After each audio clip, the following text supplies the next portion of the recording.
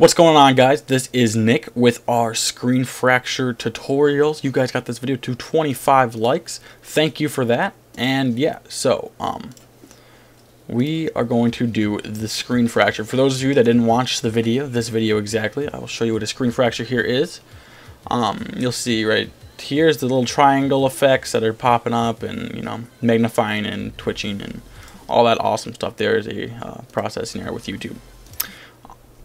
So, first thing we're going to do is we're going to bring in our clip, and we're actually going to fix the black bar there. And we're going to find where we want, I think it's right about here. Alright. So, we're going to split our clip where you want it to begin. This is just normal clip splitting. It's basic. So, we're going to just make sure this is at exactly 0. Go frame by frame. Alright. So, the part that we are going to want to be zoomed in or have the effect at is right up before the shot. So we're going to go to where I'm scoping in and just go frame by frame till we are where we want the effect to begin. See if we can't find it here. Alright, so let's just see how much further we can go in. Alright. So, we're going to do another split and zoom in on our clip. And now we are going to Twixtor our scoping. So, for those of you that don't know Twixtor, you just do your input frame rate, which mine is 59.590 frames per second, and we're going to keyframe our speed. So, we're going to go to effects, Twixtor, output speed, and you want it to start at the first frame right here. We're going to go one frame in and move it down to about 10, which would give us about a 4-second scope in here. So we're going to go to the end of this, which is right about here.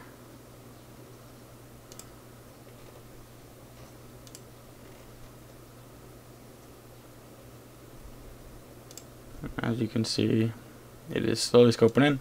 So we're going to right click and enable time remapping and just stretch this out till it fits, which it should be about right here.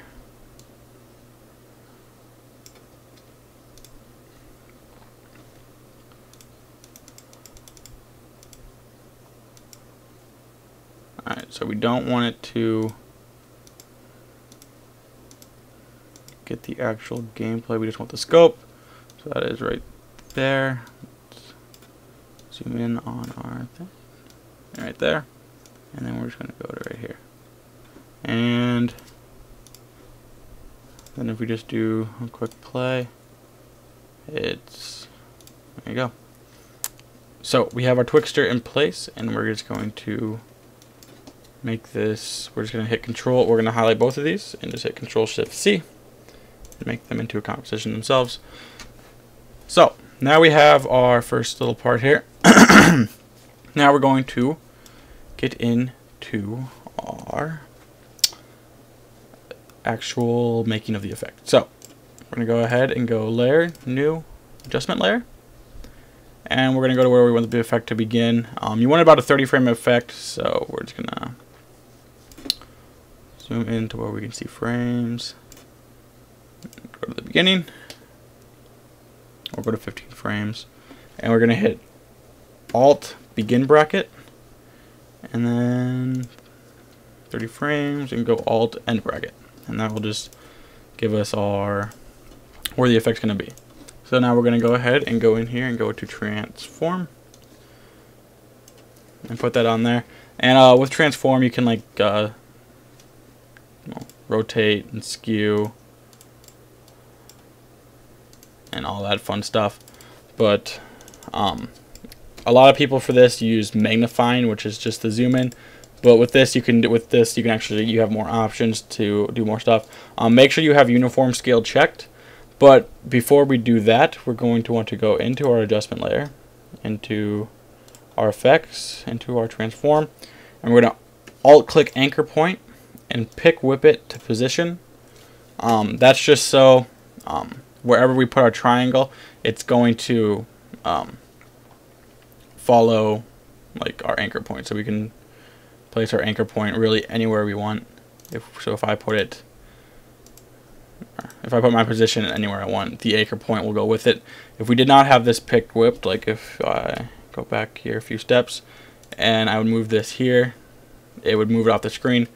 But if we, and that's where it will like have the focal point, like we want it on the kill feed, so it'll have the focal point there. But we don't want this black box, so we're just going to go ahead and alt click and then again pick whip, and now it's perfect. Yeah, so wherever we put this, that's where the anchor point will go, and it'll just keep it on your screen without doing anything bad. But we're going to put that back in the middle, and there we go. So now comes a basic part. We're just going to go to our pen tool, and we're just going to go ahead and draw a quick little triangle like that. And we're going to go onto our adjustment layer, hit M, and that'll bring up your mask path, and we're just going to want that to be at the beginning. Come to your arrow, just click outside of this so you can actually move this, and we're just going to have it kind of move across and rotate just a little bit. And we probably should have done that over here at the end. So at the end of this, we're going to want it to be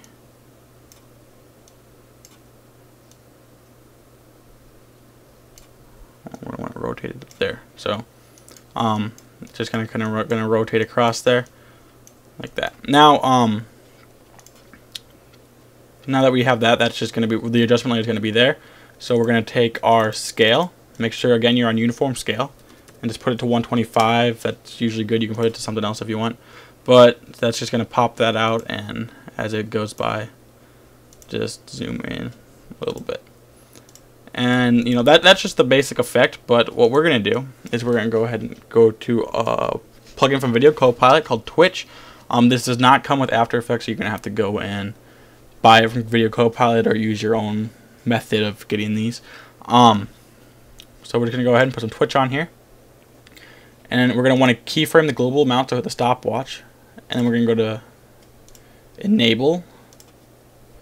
We're going to hit light and slide, and that will just, you won't be able to really see it right now, but it gives it a little shake right here. Well, it slides it and lights it up a little bit. And so we're done with the enable, and then we're going to go ahead and go to operator controls, go under slide, and you can just, you can add a little bit more slide. It'll become a little bit more distorted. I'll just keep mine at the default 50. You can change the direction, how many, like we can go like 3 slides, so we'll slide a little bit more, like it will last longer. Again, we're just going to have that reset. But we can put an RGB split on here. We're just going to go ahead and put it like at 25. And that just kind of gives it a nice little effect. Well, we can turn down, put it at 8. And still got a nice little RGB split while that does that. So now that you have all of that, we're going to go ahead and go into our effect. You keyframed your global amount, which is right here. So we're going to go to the beginning of our clip, go to our Twitch, and put our first keyframe. We're going to start it off at 0. Or no, we'll start off at 100. We're going to start off at 100, and we're going to go a little bit into this and put it at 0. A little bit further in, put it at 100. A little bit further. Do another keyframe at 0. And then at the very end, we will put it out at 100. Just like that, and then we'll put the speed up to, let me see, find a good speed that will, okay, I'll put it at, you want a speed so the last keyframe is shaky, just so it like kind of shakes out, like,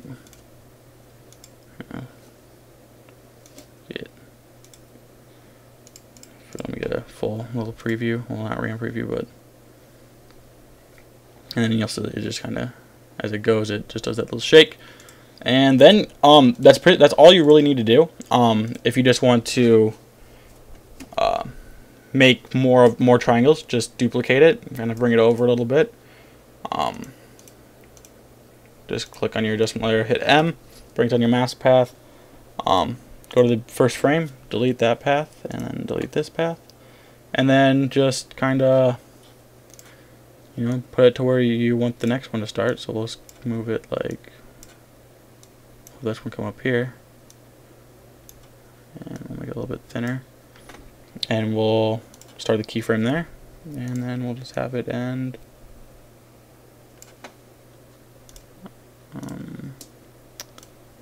We will have it end right about here. And as you can see, it just kind of moves with it. And yeah, that's basically all you guys really. That's kind of all you need. We'll do a RAM preview, just to show you the full effect.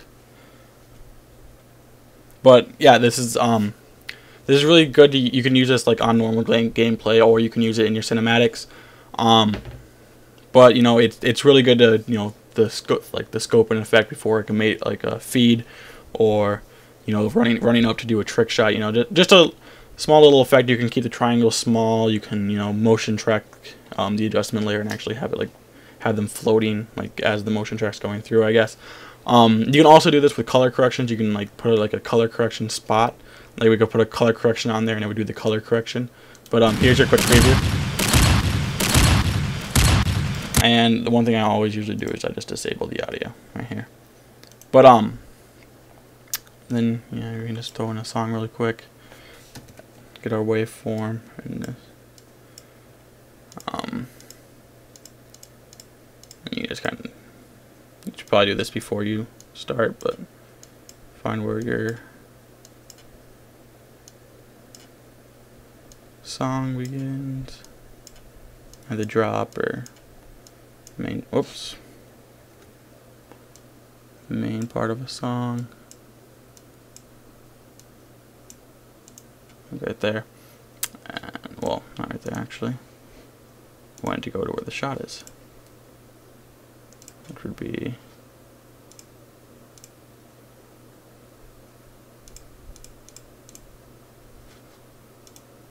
right there. So we would want the song to go to start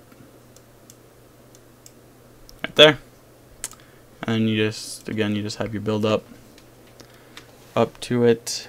And I will do the one more RAM preview here for you guys, and then I will let you go ahead and try it yourselves if you're not doing it along with me as the tutorial goes along. But again, guys, yeah, it's a really nice simple effect.